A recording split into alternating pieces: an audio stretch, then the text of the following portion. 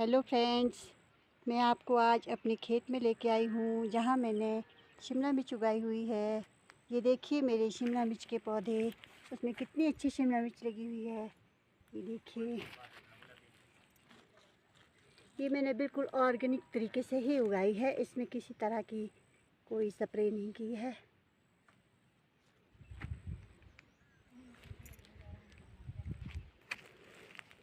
ये देखिए,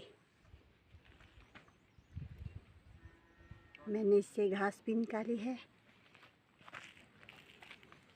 इससे घास तो निकालनी ही पड़ती है, नहीं तो शिमला मिर्च खराब हो जाती है।